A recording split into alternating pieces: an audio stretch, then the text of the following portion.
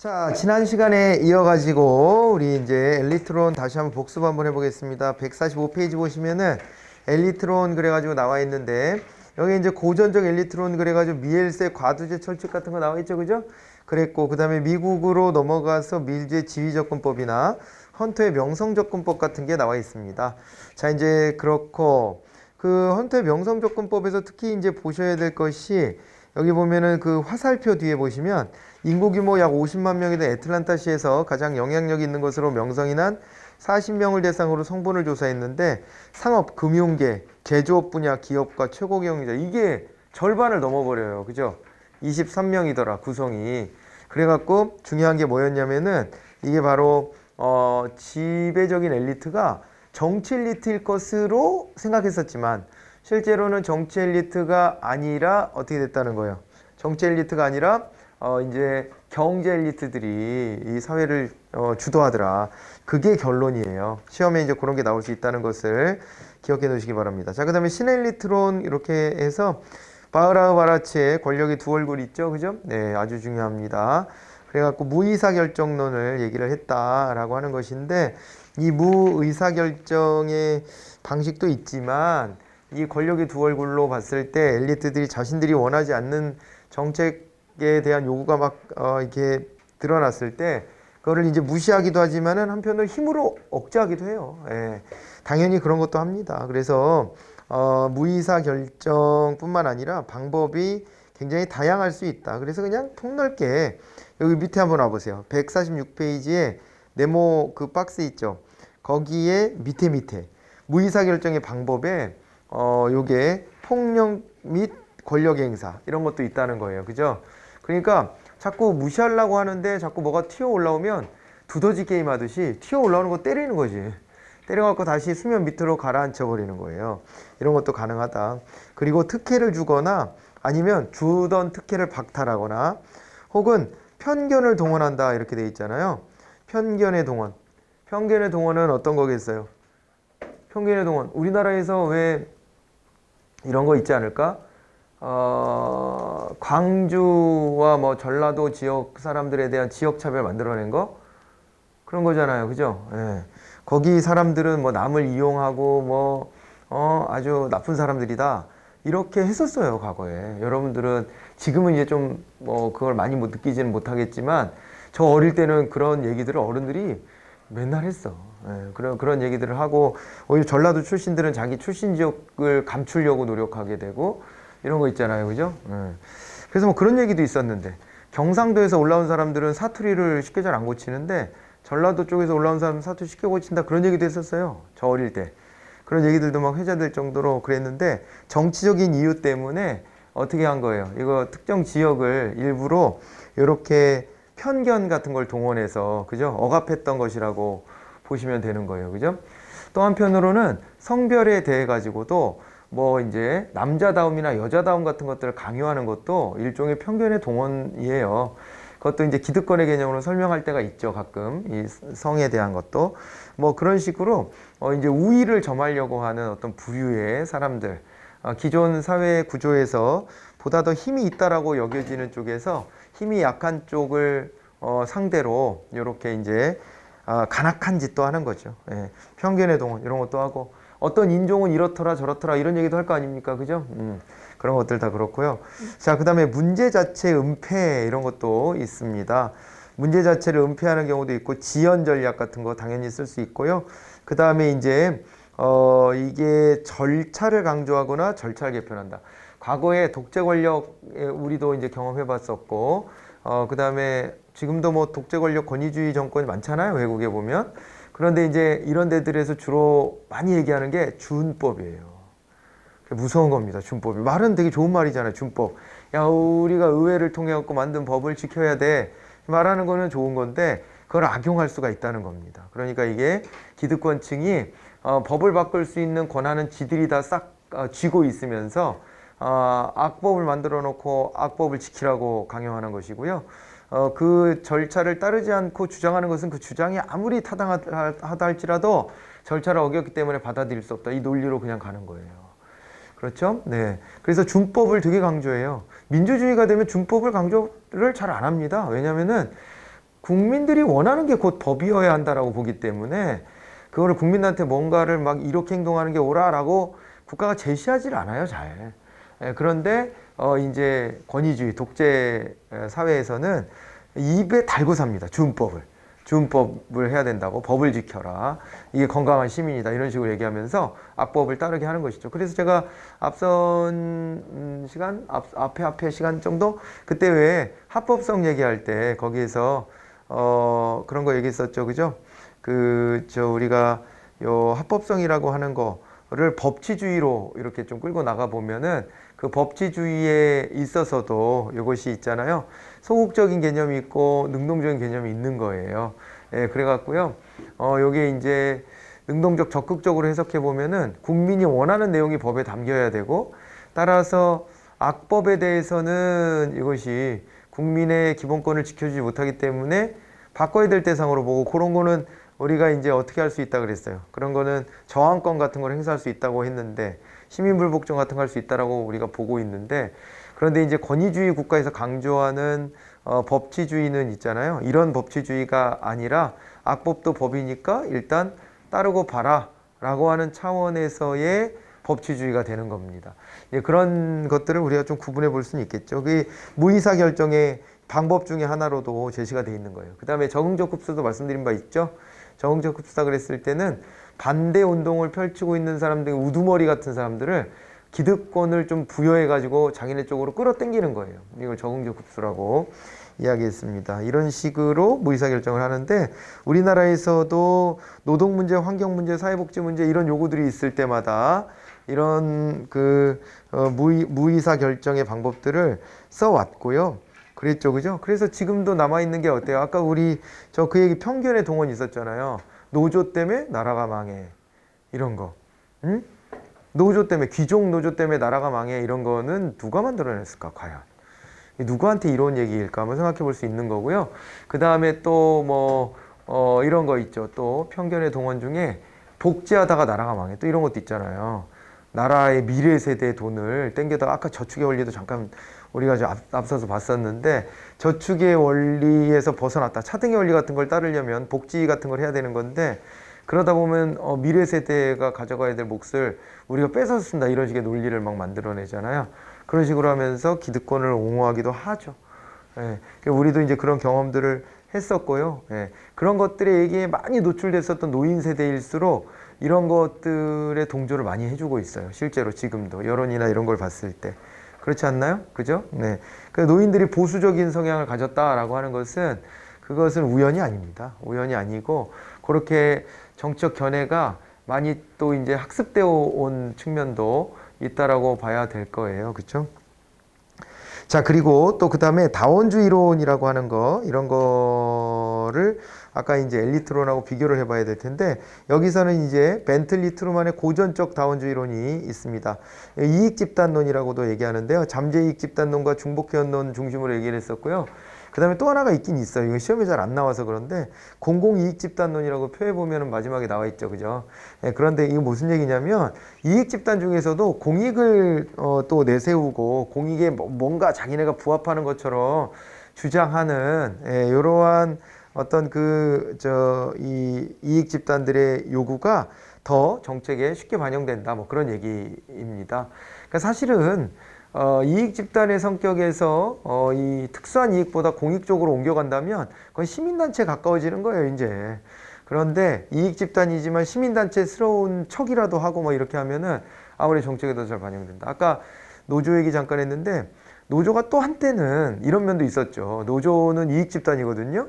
그래서 노조가 사회적 약자를 위해서 노력한다라는 느낌을 주기 때문에, 또 다른 한편으로는 또 노조의 주장은 뭔가 우리가 받아들이지 않으면 안 되는 거, 이렇게 또 인식되는 측면도 사실은 있어요. 그러다 보니까 그 노조의 주장, 노동자들의 이해관계, 이런 것들은 더 우선적으로 받아들이려고 하는 성향도 다른 한편으로는 존재한다, 이렇게 볼 수가 있죠. 그런 게 이제 공공이익집단론으로 설명 가능한 얘기가 아닐까 보여집니다. 또 뭐 그런 것도 있잖아요. 또 그 철거민들이 모여가지고 막 이렇게 시위하고 이런 단체들이 있어요.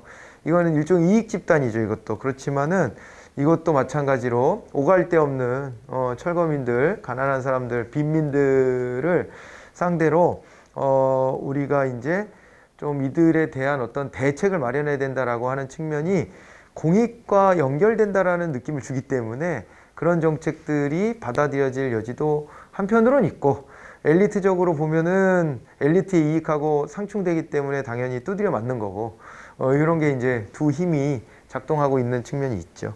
자, 공공이익 집단도 그렇게 설명 가능한데 시험에서는 뭐 잘 안 다뤄지기 때문에 아주 뭐 깊게 보실 필요까지는 없습니다. 다알은요, 이제 다원적 권력 이론이라고 해서 설명을 해 드렸었는데, 이 다알 같은 경우에는 이게 류에븐시 연구를 했단 말이에요. 이렇게 해서 연구를 했는데, 요게 엘리트 집단이 대중의 요구에 아주 민감하게 움직일 수밖에 없다고 주장했다. 왜냐하면 엘리트들이 분산돼 있기 때문에. 그죠? 네. 이렇게 해서 이제 보시고요. 신다원주의는 요거는 다원주의가 맞기는 한데, 그 두 번째 거 짝대기에 보시면 정부는 중립적 조정자가 아니며 기업의 이익에 더욱 반응한다 이렇게 돼 있잖아요. 그죠? 아무래도 그럴 수밖에 없다 이런 거예요. 그죠? 어제발 뉴스로 이재용 씨 사면이 결정됐다고. 아니, 사면이 아니고 저기 가석방이 결정됐다고 이렇게 나왔죠. 그죠? 그거에 대해서 또 말들이 많아요. 그죠? 해줘야 된다는 쪽과 우리 경제를 위해서 해줘야 된다는 쪽과, 그 다음에 또 이제 다른 한편으로는 이게 뭐 유전 무죄, 무전 유죄냐 이렇게 또 반박하는 것도 많고 한데, 왜 기업인 하나를 놓고 이렇게 그죠? 온 정치권이 난리가 날까? 이런 걸 보면은 신다원주의론으로도 설명이 가능한 거예요. 그렇잖아요. 아무래도 이제 파급 영향이 큰 기업의 오너이기 때문에 신경이 쓰이는 거죠. 신경이 쓰이는 거고, 오히려 이제 딜을 할 수 있는 여지도 있겠다 하는 거지. 뭐 몇 달 더 살려봐야 뭐하냐. 가석방 시켜주고 대신에 뭔가 고용에 대한 약속을 좀 받는다든가. 그죠? 네. 그런 것들에 대해서 얻어낼 수 있는 게 있지 않을까라고 생각하기 때문에 그들의 요구는 좀 더 잘 관철되는 경향이 있긴 하다.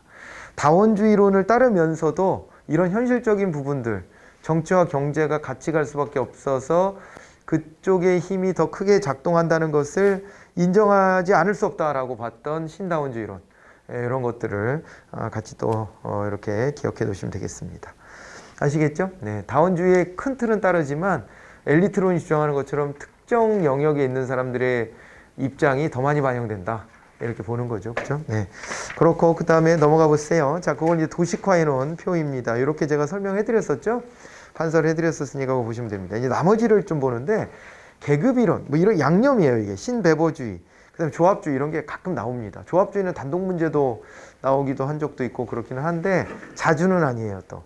얘네들이. 근데 안 하기에는 좀 거시기한 이런 내용들입니다. 그런데 계급이론은 뭐냐 그랬을 때, 계급이론 같은 경우는 이건 마르크스주의예요. 마르크스주의. 그러니까 세상을 바라볼 때 이분법적으로 바라봅니다. 마르크스주의는 가진 자와 가지지 못한 자 이렇게 딱 나눠서 보는 거예요.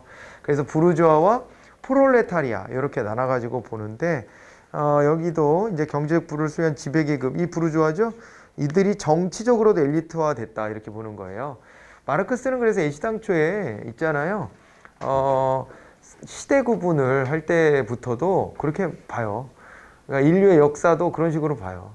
그래갖고 국가가 만들어진 거 왜 만들어졌냐 이렇게 질문을 받으면 마르크스는 뭐라고 설명을 했냐면, 야, 국가 그거 만들어진 거 야, 청동기 때쯤 되면은 그 빈부격차 생겼잖아.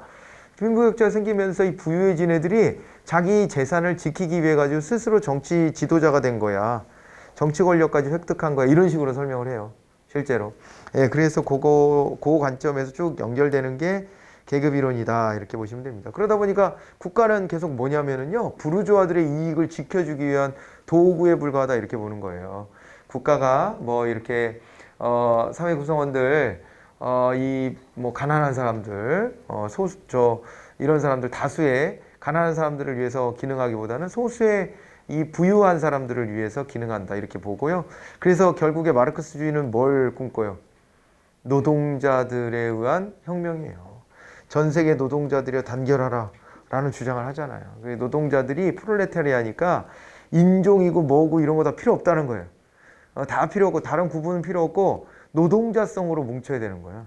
그 노동자성으로 뭉쳐서 혁명을 해서 부르주아들을 타도하고 그러고서 완벽한 평등이 이루어질 때까지만 임시적으로 국가를 유지하다가 그거를 이제 프롤레타리아에 의한 독재라 그래요. 프롤레타리아 독재 과정을 거친 다음에 완벽한 평등이 오면 그때 어떻게 하라고요? 어떻게 하라고? 그때가 되면은 이제 국가를 해체하라고 하는 거예요. 이게 공산주의 사상입니다. 여기까지 가야 돼요. 그런데 그 주장에 대한 실질적인 구현을 했었잖아요. 20세기에 들어서 소련을 필두로 해가지고 해봤는데 국가가 해체된 경우 봤어요? 못 봤죠. 그 안에서 프롤레타리아 독재가 제대로 이루어졌나? 어쩌면 이거에 대한 설명은 미엘스가 잘했지. 미엘스, 과두제 철칙. 결국엔 그 공산당 지도자 이런 사람들의 입맛에 맞는 정책들이 결정되고 그들의 기득권이 다시 형성되는 거지. 그래서 실제 마르크스가 생각했던 이상은 구현되지 않아요. 구현되지 않아. 예. 그래가지고 요게 이제 계급 이론이라는 것은 일종의 하나의 실험적인 어떤 대상이었지만은 지금은 사실은 그 이제 역사적 의미가 소멸되어져 가지 않나 이렇게 이제 보고 있는 거죠. 자, 근데 이제 베버주의라고 하는 것은 좀 아직도 조금 그래도 생명력을 가지고 있습니다. 이 베버주의는 국가주의라고 생각하면 돼요. 베버라는 사람이 관료제 이론을 만들어낸 유명한 사회학자입니다. 사실은 이 마르크스와 베버는 사회과학의 양거목이에요. 양거두. 그러니까 왜 그러냐면 뭐 사회주의 사상이 지금 유행을 하든 아니면 좀 소멸되어져 가든 어쨌거나 사회과학의 발전 과정에서 이것이 적어도 매기 역할 이상을 해요. 그러니까 사회주의를 비판하면서 혹은 동조하면서 사회과학이 막 풍성해지는 거예요. 그 대단한 이론이라고 보는 거고요. 그 다음에 또 이제 베버주의도 마찬가지예요. 관료제 이론 이런 거 등등 해서 베버가 내세웠던 사회과학적인 이론들이 또 이것이 어떤 기준이 돼가지고 찬반 양론이 막 부딪히고 막 이렇게 되어 왔던 것이기 때문에 그렇기 때문에 이 베버주의도 베버라는 학자도 굉장히 중요한 학자인데 이 사람은요 국가를 최고의 인륜체로 봐요. 그러니까 이제 그러니까 그런 유해의 사람들이 있어. 헤겔이라든가 베버라든가 이렇게 이어지는데 이 양반들은 국가라는 조직을 사회 조직을 이거를 가장 이상적인 형태 뭐 이를테면 공익을 구현할 수 있는 가장 좋은 수단 정도로 인식을 하는 거예요. 그래서 국가에 대해서 마르크스랑 완전 정반대 입장이지. 국가의 중요성을 이제 강조를 하는 겁니다. 자, 그래서 이 베버주의가 이제 그렇게 이어오다가 여기 이제 신베버주의다 이렇게 했을 때는요, 국가를 스스로 결정하는 힘을 지닌 실체로 파악을 했다. 이렇게 이제 나와 있는데 뭐에 대한 반박이냐면 국가주의가 사실은 이어졌죠. 뭐 관료제 이렇게 하면서 그죠? 이어져 오다가 다원주의론, 민주적 다원주의론하고 부딪힌단 말이에요. 민주적 다원주의론에서 봤을 때는 국가라는 것은 그냥 뭐에 불과해야 되냐면 조정자. 그러니까 다양한 요구들이 막 분출될 거 아니에요. 사회에서. 다원주의에 기반해서 생각해 보면. 그랬을 때 그것이 서로 상충되는 면도 있기 때문에 그것이 타협, 조정이 되는 과정에서 누군가 조정자 역할을 해줘야 되는데 그 조정자 역할을 국가가 해야 된다. 이런 식으로 국가의 역할을 굉장히 축소해서 봅니다. 다원주의론에서 보면. 그렇죠. 그러니까 국가가 모든 걸 주도하는 게 아니라 국가의 역할이 굉장히 축소가 돼요. 특히 베버는 어디 사람이에요? 독일 사람이야. 그런데 미국이라는 나라가 자본주의를 이끌고 간 거 아닙니까? 사실은 20세기 이후에. 그런데 미국의 자본주의는요, 절대로 국가 주도가 없어요. 모든 건 다 시장에서 민간이 주도해서 거기서 살아남는 자들이 세상을 새롭게 열고 하는 거예요. 우리의 관점으로 미국을 보면 안 됩니다. 우리의 관점에서 보면은 정부 주도형 경제 발전 같은 걸 했기 때문에 여전히 어떠냐면 정부가 주도하고 그런 거거든요. 그래서 제가 들어드리는 사례가 그런 거예요. 박근혜 대통령이 과거에 박근혜 정부 시절에 계속 공격받던 게 그거거든요. 내가 집권하면 창조 경제를 하겠다. 이러면서 창조 경제를 구현하겠다고 하니까 어떻게 했냐면은 이제 각 기자나 누구나 다 할 것 없이요. 창조 경제가 뭔데 그러냐. 뭘 어떻게 하겠다는 거냐. 자꾸 질문을 던져요. 그런데 미래를 어떻게 우리가 그렇게까지 예단하고 예측을 합니까? 정부가 주도해서 경제 성장하는 게 지금 가능합니까? 지금 구조에서? 안 됩니다. 그거는. 그러니까 우리가 남들을 보고 남들이 이만큼 산업화해놓은 모델이 있어서 그걸 흉내내는 과정에서 정부가 주도해서 이 방향으로 갑시다 하는 거는 되지. 그런데 창조경제가 말하고 싶은 건 그런 거잖아. 앞으로 우리가 선진경제가 돼가지고 뭔가 남들도 걸어보지 않은 길을 우리가 걸어가 보겠다. 이거는요, 관료 머리에서 절대 안 나와요. 절대 안 나와. 그런데 그거를 옛날에 그 타성이 있기 때문에 자꾸 국가가 뭔가를 제시하고 국가가 이끌고 가야 되고, 그리고 그 과정에서 국민들도요, 그걸 따를 마음의 준비가 돼 있는 거예요, 우리는. 기업인들조차 그래요, 심지어. 기업인들이 세상을 선도한다는 마음으로 가는 거라기보다는 정부 눈치를 살살 살피면서 그 방향성을 쫓아가는 경우들이 많아요. 그게 관성이 남아있는 거지. 그러다 보니까 창조경제 해프닝이 벌어졌다고 봐요. 그럴 때 이 방향으로 가야 되는 게 맞는 것 같습니다 라고 방향만 좀 정부가 제시하고, 그 다음에 그걸 위해서 노력하는 창조적인 기업들을 우리가 지원할게요 정도하고 끝났으면 될 문제를 정부가 자꾸 너 나를 따르라 이걸 하고 싶어 하고, 그러다 보니까 어느 방향으로 갈 건데요? 따르라 그래요? 라고 질문을 자꾸 하게 되고, 그 질문하는 사람들도 따를 마음의 준비가 돼 있는 거야. 그러다 보니까 자꾸 방향을 제시해 달라고 요구하고, 방향 제시가 뚜렷하게 안 나온다고 계속 비판하고 그랬던 거거든요. 이게 옛날식이야, 옛날식. 지금은 그럴 수 있는 시대가 아니다. 뭔지 알겠죠? 그리고 지금처럼 정보 사회에서는 어려워요. 사회 변동 속도 너무 빠르고 그러기 때문에. 뭔 말인지 알겠죠? 우리는 이런 관점이에요. 그런데 미국은 철저히 정부가 이렇게 뒤에서 쫓아가면서 케어해주는 입장이지 선도하는 방향성을 제시하거나 잘 없어, 이게. 잘 없어. 그래서 신행정론 같은 게 되게 특이하게 받아들여지는 거예요, 미국 사회에서는. 정부가 나서가지고 이런 사회 문제를 능동적으로 해결해야 돼 이렇게 얘기했을 때 미국 시민들은 잘 못 받아들이는 거예요. 그리고 다시 어디로 가요? NPM으로 가잖아요. NPM으로 정부가 많이 해봐야 방향만 제시해 이렇게 얘기하는 거예요, 미국은. 네. 이제 그런 것들과 관련해서 보면 이 배보주의가 미국 사회나 이런 데서 많이 비판받는 거지. 그럴 때 이제 다시 신배보주의가 나타나서 아니야, 그래도 국가의 역할이라는 건 있을 수밖에 없어. 국가의 역할은 소중해 라고 얘기하는 거예요. 그렇게 해서 연결해서 보시고요. 그 다음에 이제 조합주의가 나왔는데, 이 조합주의는 그 단계가 있죠. 표 한번 봐보세요. 조합이라는 것은요, 유럽 사회에서 오래전부터 있어 왔었어요, 사실은. 그죠? 길드 들어보셨나? 길드? 어디선가 들어본 거 같죠? 길드. 이게 뭐냐면 동업조합이에요. 같은 일에 종사하는 사람들이 자기네들의 이익 집단 비슷하게 이렇게 조합이라는 걸 결성해서 가지고 있었던 거예요. 이 힘이 꽤 커서 독일 같은 데가 사회복지를 구현하는 방식도요, 조합을 중심으로 사회복지를 구현합니다. 조합을 중심으로. 그래가지고 이 조합이 자기네가 막 의료보험을 하기도 하고요. 막 그래요. 자기네들 문제를 스스로 해결하는 거예요. 국가가 어차피 돈을 걷어서 그거 갖고 이거 건강보험 같은 거를 돌리잖아요. 그거를 우리는 조합이 한다. 뭐 이런 식의 개념이 있죠. 그런 것들도 막 발전돼 있고 그래요. 그런 정도로 조합의 힘이 역사와 전통을 자랑하는데, 조합주의는 뭐냐 그러면, 조합주의는 국가의 의사결정을 할 때 이 조합의 대표들을 불러 모아서 사회적 대타협이라는 형식으로 의사결정을 내리고, 각자의 대표들이 자기의 조합으로 돌아간 다음에 이런 합의를 했기 때문에 우리도 이걸 따라야 된다라고 이제 설득을 하고, 그러면 그 조합이 그걸 따라가지고, 그러면서 국가가 혼연일체돼서 한쪽 방향으로 나아간다. 이게 조합주의예요. 알겠죠? 그러려면 전제 조건은 각 영역 분야별로 다 조합들이 이미 만들어져 있어야 된다는 얘기겠죠. 그죠? 각 조합들이 이미 다 만들어져 있어야 되고, 그 조합들이 만들어져 있는 속에서 어떻게 돼야 된다? 조합들이 만들어져 있는 속에서 의견 일치를 볼 때까지 민주적인 어떤 그 타협의 절차, 이거를 쭉 거쳐야 된다는 얘기예요. 맞죠? 이게 조합주의예요. 그런데 처음에 이 조합주의는 순수한 의도로 만들어진 게 아니었대요. 이거에 2차 세계대전을 일으켰던 히틀러 있지 않습니까? 예? 히틀러가 요거 파시스트들이 이걸 동원을 한 거예요. 그래갖고 조합주의라는 명목으로 독일 사회가 조합이 발달돼 있으니까 조합주의라는 명목으로 국가가 결정한 걸 따르도록 강제하기 위해 가지고 이 틀을 이런 거를 채택했다는 거지, 처음에는.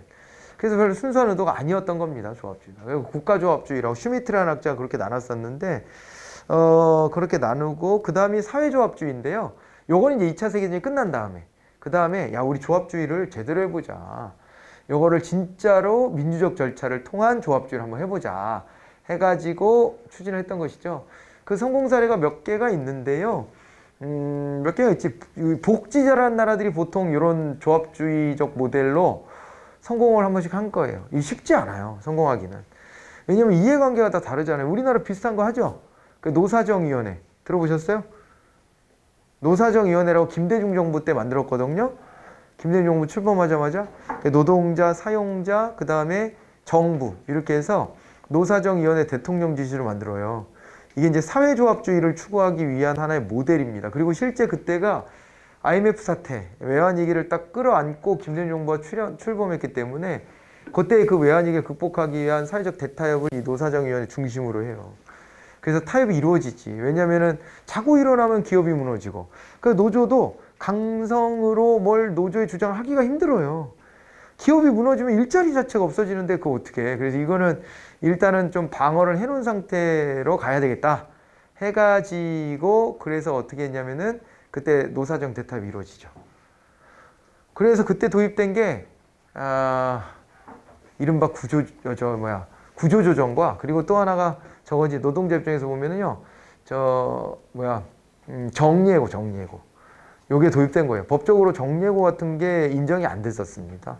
징계 사유가 있지 않은 한은 해고가 안 됐던 그 당시 법이었는데 이거를 갖다가 이제 법을 바꿔서 정리해고 경영상의 급박한 사유가 있고 다른 방법으로는 이걸 돌파할 여지가 없다면 노동자들을 이제 해고할 수 있게끔 이렇게 이제 허용을 한 거죠. 네.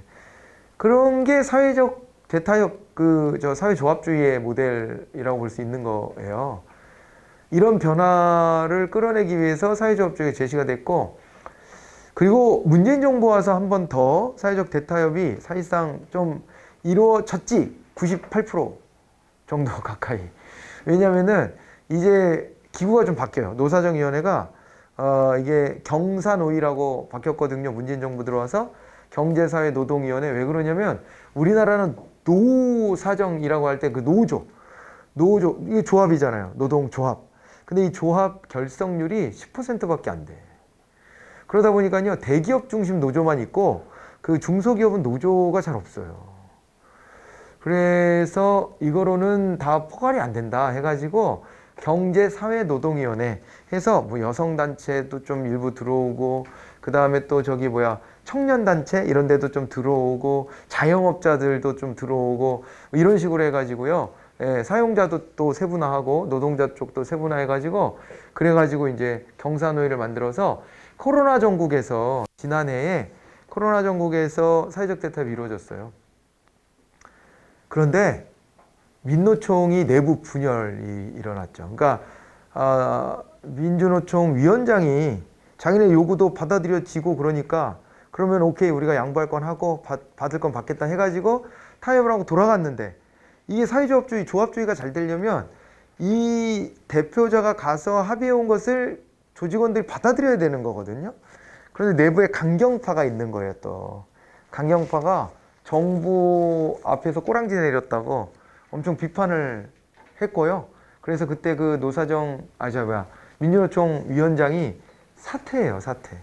자기 책임지고 이거를 관철 못 시켰다 그래서 사퇴하고 민주노총의 강경파가 이제 주도하고 있죠. 그래서 최근에 집회하지 마라 그러는데도 방역 지침 이런 거보다도 우리 방역 지침을 나름 따르겠다. 그러나 우리가 집회 시위하는 것까지 막지 마라.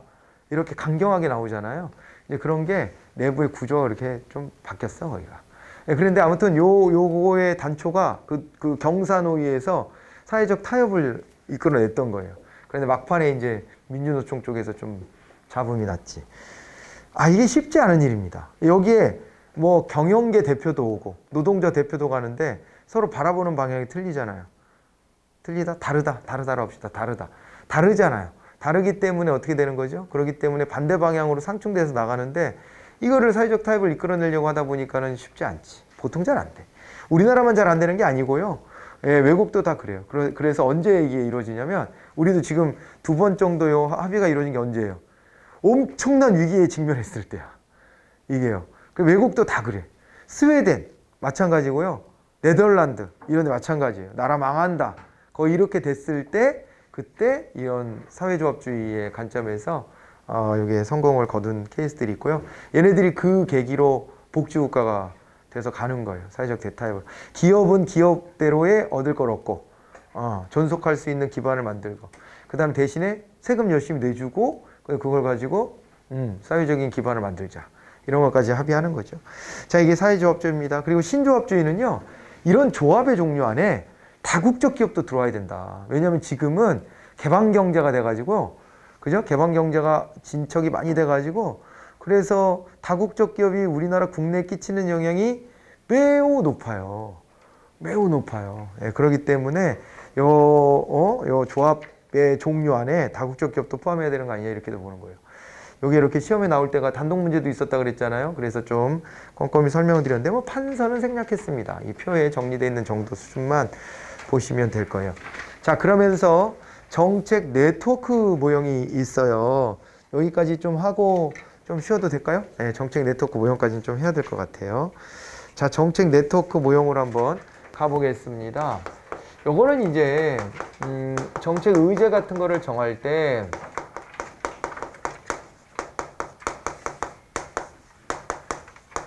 의제 같은 거를 정하고 할 때 혹은 정책을 추진해 나갈 때 그럴 때 이제 뭐냐면은 말이에요. 이게 하나의 단일한 참여자가 아니라 참여자들이 모여가지고 이 의제 설정 등에 영향을 미친다. 이렇게 보는 이론이에요.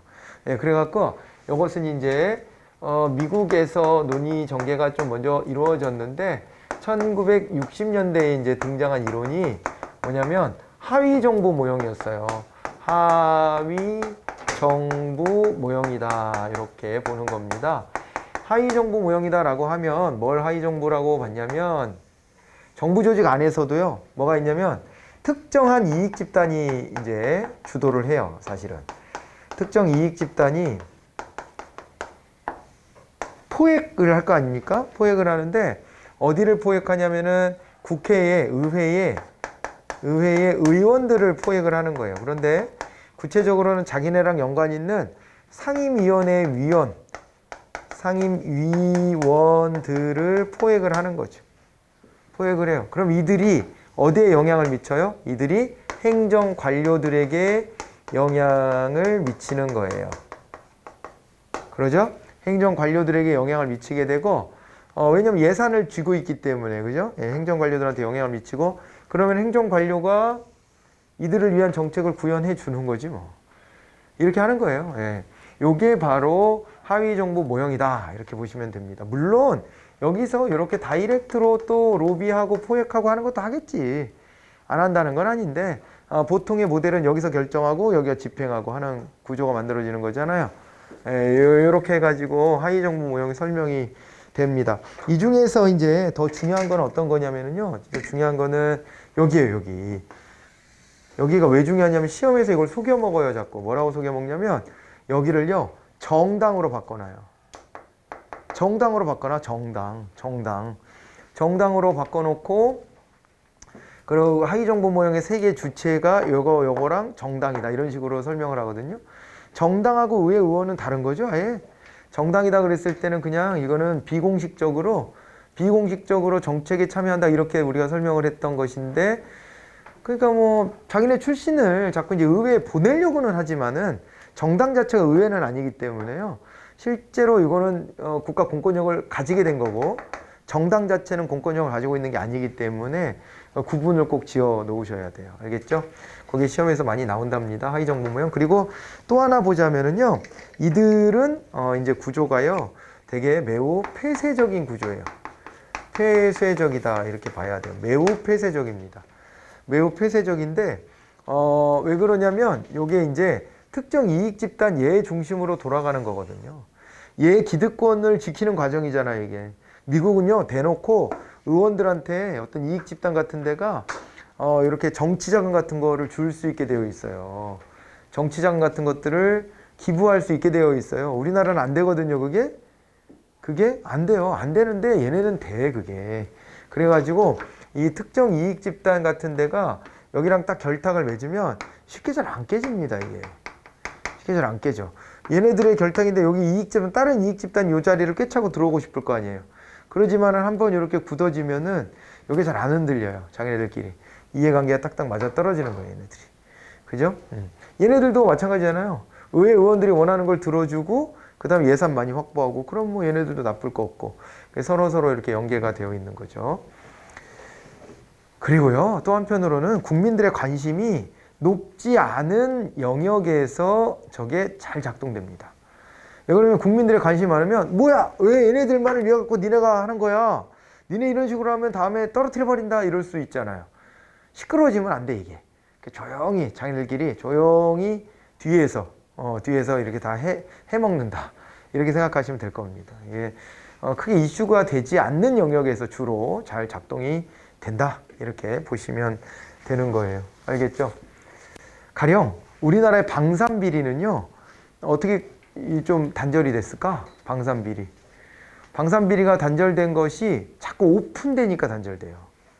그러니까 과거에 방산비리, 왜 군대에 물자 들어가는 게 많으니까 여기서 해먹을 수 있는 게 많아요. 그거 알아요? 군대에서는 USB 있죠, USB. USB 하나에 뭐 8만 원씩 사서 쓰고 그러더라고. 그런 게 적발됐어요. USB 하나를. 그래서 이거 뭔데 이렇게 비싸? 이렇게 했는데 알고 봤더니 뭐 특별한 장치가 있는 것도 아니야. 그냥 시중에 파는 USB야. 그러면 뭐라는 거예요, 이게? 예산을 헤쳐먹고 있다는 거예요, 이건. 상식 수준에서 벗어난 가격이 책정돼 있잖아요. 아야, 요거는 딱 의심하고 보는 거예요. 이거 이상한 짓을 하네, 얘네들이. 이렇게 해가지고, 그죠? 뭐, 지우개 하나를 사와도 지우개 가격을 막 점프시킨다든가 이러면은 어디서 해먹고 있는 거잖아.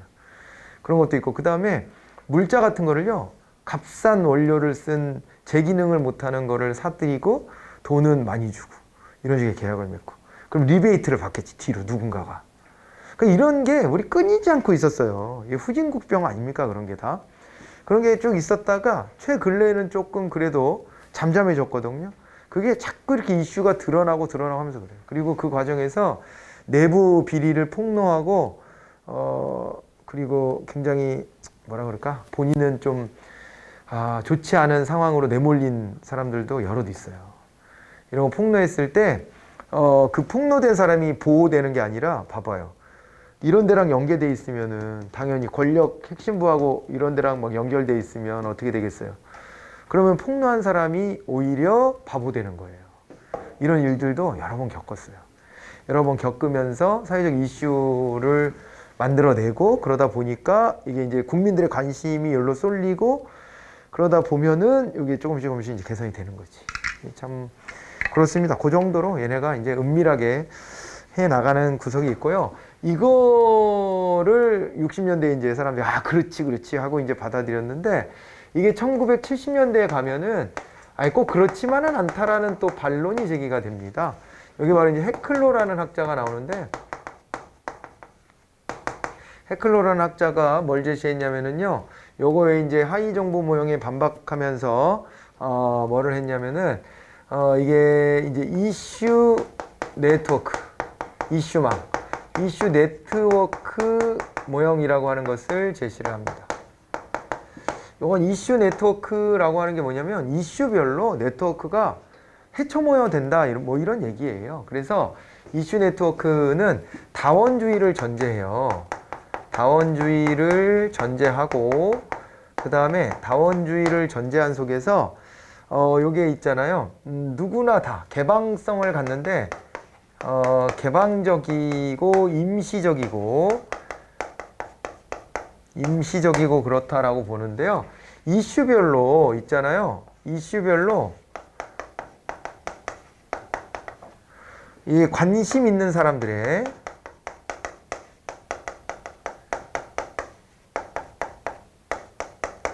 누구나 다 이 네트워크에 참여하는 것이 가능하다, 이렇게 보는 거예요. 그러니까 이익 집단 같은 게 만들어지면 어떻게 돼요? 이익 집단들이 자기는 이해관계가 있는데 목소리를 낸다, 이렇게 보는 거잖아요. 다원주의가 그거를 전제하고 있는 거잖아요.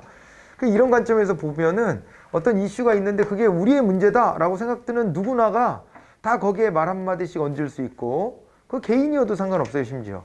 그렇게 되면서 모두가 참여하면서 이게 시끌벅적해진다는 거죠. 이게 민주적 절차라고 보는 거예요. 민주주의 하에서는 이런 일들이 많이 벌어진다. 이슈별로 해초 모여가 된다. 그런데 대신에 다른 이슈가 떠오르면은 여기에 참여했던 사람들이 또 뿔뿔이 흩어져서 관심 있는 영역으로 또 흐트러져 가. 이렇게. 그렇기 때문에 이게 임시적인 거예요. 지속성을 갖고 있지 않아요. 임시적이야. 이렇게 됩니다. 그러다 보니까 이들끼리요 모여가지고 뭘 하냐면 경쟁을 해요. 경쟁을 해. 경쟁을 하는데 그거를 이제 네거티브 썸이라고 하죠. 네거티브 썸 게임을 한다. 혹은 다른 말로는요 이거를 영합 게임이라 그래요. 영합 게임. 합쳐서 0이 되는 게임이에요. 그러면은 내가 좀 더 가져야 내가 좀 더 가질 때 상대방이 좀 덜 갖는 거죠. 이런 식으로 영합 게임이 되고 이거를 다른 말로는 제로 썸 게임이라고 이야기를 합니다. 제로 썸 게임. 영합 게임, 제로 썸 게임. 이런 걸 하는 거예요. 그러니까 이게 어떤 관계냐면 경쟁적 관계를 맺는 거예요. 자기들끼리 관계가. 서로 나의 이익을 더 많이 가져가기 위해서 노력하는 거예요. 알겠죠? 그런데 굉장히 개방적이다. 누구나 다 참여할 수 있다. 이렇게 봤던 겁니다. 봤던 건데 이거에 대한 반박이랄까? 뭐 대체되는 이론이 영국에서 나타나요. 영국에서 1990년대 후반이 되면 이때 있잖아요. 로즈가 나옵니다. 로즈 기억나죠? 앞에서 뭐 굿 거버넌스 뭐 이런 거 얘기했던 로즈가요. 제시했던 것은 정책 커뮤니티 모형이에요. 정책 커뮤니티 이론을 제시를 합니다. 정책 커뮤니티. 다른 말로는 정책 공동체라고도 해요. 시험에서 그냥 정책 공동체라고 나와도 커뮤니티를 공동체로 번역했구나 이렇게 생각하시면 되는 거예요. 시험에서는 얘도 번역하기도 해요. 이슈망 이런 식으로. 네, 그래서 다 같은 표현들이라는 걸 알아두시는데 여기서는 있잖아요. 아무나 못 들어와. 이 커뮤니티는 뭐냐면 얘랑 좀 대비되는 게요. 현실적으로는 아무리 민주주의를 하더라도 여기에요. 자원 배분 능력을 가진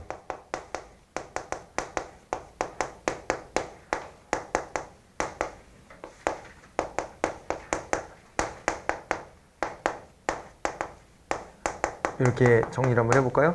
자원 배분 능력을 보유하고 있는 사람들 간의 공동체가 형성되고 이들이 사실은 정책의 향방에 큰 영향력을 갖는다. 이렇게 보는 겁니다. 여기는 그래서 자원 배분 능력을 보유하고 있다는 전제 조건이 있어야 되기 때문에 폐쇄적인 구조가 돼요.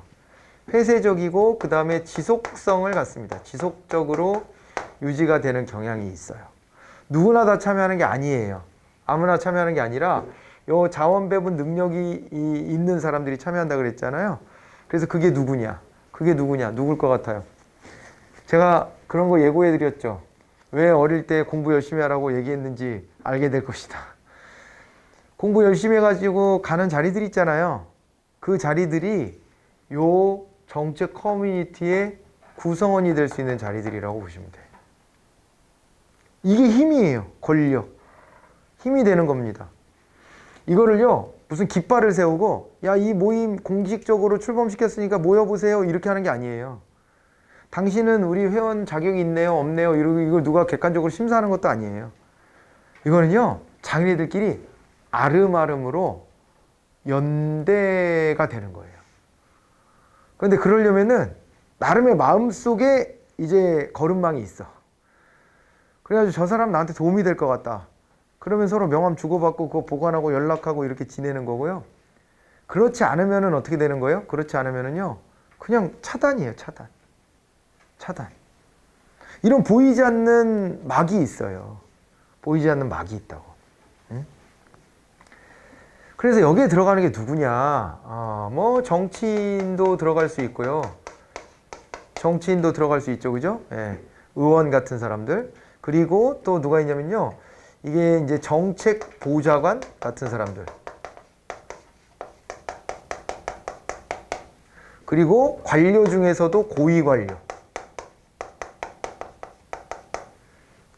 고위 관료. 고위 관료는 또 이제 뭔가 힘을 쓸 수 있는 영향력을 보유하기 때문에 그렇기 때문에 넣어주는 거지 또. 그리고 또 누가 있냐면은 뭐 학자, 연구원, 뭐 이렇게 말하기도 하고요. 교수지, 교수. 우리나라에서 보면 학자, 연구원, 교수 이렇게 났을 때 비슷해 보이지만 교수 직함을 갖고 있는 것과 안 갖고 있는 건 되게 많이 다르죠. 되게 많이 다르잖아요. 예. 그래갖고 그 직함 달아보겠다고 경쟁이 엄청 치열해. 그러지 않아요?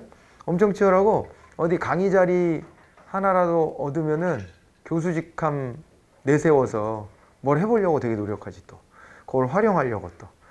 그래갖고 어디 시간 강사라도 나가려고 되게 노력하잖아요. 그런 거예요. 여기에 끼고 싶은 거지 다. 그런 거 아니에요? 그리고 또 언론인, 기자 같은 사람들 있잖아요. 그래서 기자들은 그냥 회사원인데 그런데 콧대가 높지. 요즘은 좀 달라졌어요. 왜냐면은 기자가 되는 게 너무 쉬워. 그냥 자기네들이 매체를 만들고 그냥 기자 노릇하면 돼. 원래 그런 거였지만 예전에는 그런 데를 아무나 할 수 있는 게 아니었고 그런 대기업과 같은 언론사들에 들어가야지만 사실은 언론이 대접을 받았기 때문에 지금도 그게 남아있긴 하죠. 어디 소속이냐가 또 중요하긴 하지. 그래서 여기는 언론고시라 그러잖아요. 들어가기 어마어마하게 어렵잖아요. 옛날부터 그래요, 원래. 들어가기 어려워. 그래서 거기 들어가고 나면은 자기네들이 이렇게 딱 이렇게, 그죠? 모가지에 기부스가 들어가는 거예요. 그냥 회사 취직한 건데, 어떻게 보면. 이 그룹에 들어가기 때문에요. 자기네들이 만나는 사람도 다르고 그래. 그래서 제가 알고 있는 지인 중에 나이가 좀 어린 지인 중에 국회의원 보좌관하고 뭐 이랬던 지인이 있는데 그 친구가 그 안에서 국회 안에서 여자 기자를 만났었나 봐요. 좀 사귀었는데 얼마 못 가 헤어졌어. 왜 헤어졌냐고 그랬더니 기자들이 다 지네들 급을 자기네들은 국회의원이라고 생각한대.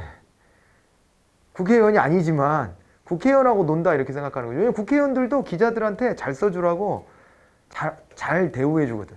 그러니까 자기네 급을 그렇게 생각하니까 자기가 이제 정치의 꿈을 가지고 보좌관을 하는데 비서관이죠. 보좌관도 아니고 비서관 정확하게는.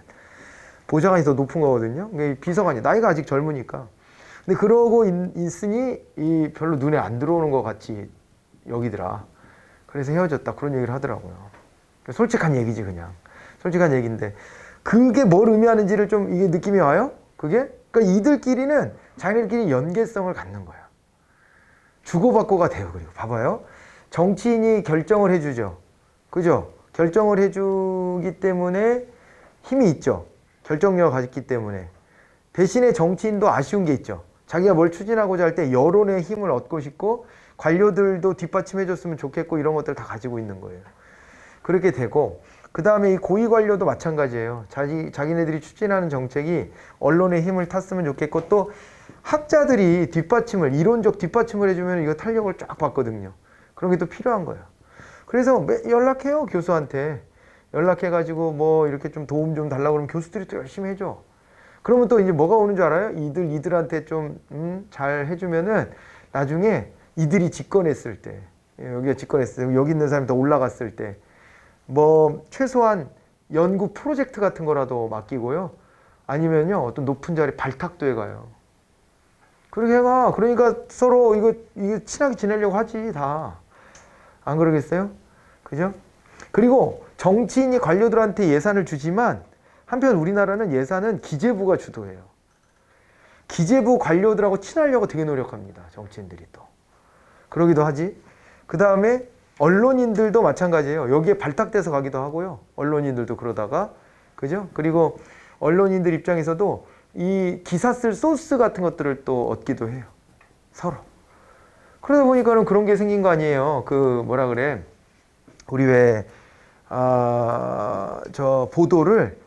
보도를 몇 시 이후에 해라. 이렇게 해가지고 딱 걸어놓고 정보를 주기도 하잖아요. 기자들한테. 그러기도 하잖아요. 서로 이렇게 공생하는 사이예요. 알겠죠? 서로 공생하는 사이. 아, 요거 뭔지 알겠죠? 이게 가보니까 어릴 때 부모님이 공부 열심히 하라고 한 이유가 여기에 다 숨어 있다고. 공부 열심히 해서 가는 자리들이야, 다. 그잖아요? 공부 열심히 해서 가는 자리들이고 여기에 진입하는 순간 놀던 물이 달라지는 거지, 이제. 돼요? 무슨 말인지? 여러분들은 기회가 있어요. 여러분들은 관료가 될 거잖아요. 관료가 되고 여기서 막 승진해가지고 그죠? 높은 자리까지 올라가면 이 그룹에 나도 모르는 사이에 어디서 연락이 와. 그래가지고 이제 그저 나한테 아쉬운 소리 하는 사람 생기고 그러다 보면 좀 거들어주면 내가 아쉬울 때 또 연락도 할 수 있게 되고 서로 이러면서 이게 뭐 나쁘게 비리 이런 거를 꼭 전제하지 않고 그냥 일 처리하는 방식이 그죠? 서로가 서로를 필요로 하기 때문에 이렇게 연계성을 갖는 거예요. 그렇기 때문에 아무나 잘 안 껴줘. 자기네들한테 이득이 되는 사이끼리 노는 거거든. 이해되죠? 그래서 이들끼리는요 포지티브 썸 게임을 한다 이렇게 얘기를 해요. 포지티브 썸 게임을 하는데 요거를 일컬어서 정합 게임이라 그래요. 플러스 알파가 계속 생기는 거예요. 이들끼리는. 그렇게 되고 이들의 어떤 상호작용의 관계는 협력, 협동적 관계죠. 그런데 조금 어렵게 나오면 이럴 수는 있어요. 이 네트워크는요, 이 정책 공동체는 유사한 성향을 가진 사람들끼리 모여요, 또. 그러지 않겠어요? 그러잖아요. 아무리 그래도 그렇지 이게 아무나 막 섞이는 건 아니야. 방향성이 그래도 어느 정도 일치하는 사람들. 뭐 진보적인 정책 커뮤니티도 있을 수 있고요. 보수적인 정책 커뮤니티가 또 형성될 수도 있죠. 그런 게 형성되는 거예요. 예. 그렇게 나눠지기도 하고요. 그러니까 모든 여기에 해당되는 이 직함을 가진 사람들이 다 같이 다 친하게 지내는데 이건 아니지, 당연히. 자기들끼리도 성향이라는 게 있으니까 그게 나뉘겠죠. 그죠? 그래서 그 방향성을 공유하는데 그런데 문제는 뭐가 있냐면은요. 그 안에서 구체적인 정책 대안을 제시할 때는 자기들끼리 또 경쟁 내지 갈등을 하기도 한다. 이것까지는 맞다고 봐야 돼요. 그렇죠? 그런 걸 봐야 되고요. 또 하나는요. 아까 제가 말로만 설명했지만 지속적인 관계를 유지하면서 인사의 어떤 그 기준 같은 게 되기도 하죠. 그러니까 인재 충원 이런 수단이 되기도 한다. 그런 얘기까지를 정리해 보시면 돼요. 알겠죠? 이 셋을 잘 비교해 놓는 게 매우 중요합니다. 이거 시험에 많이 나오는 내용이에요. 잠깐 쉬었다가요. 관련된 내용 교재로 잠깐만 확인하고 이제 그러고 정책 결정론으로 바로 들어가 보겠습니다.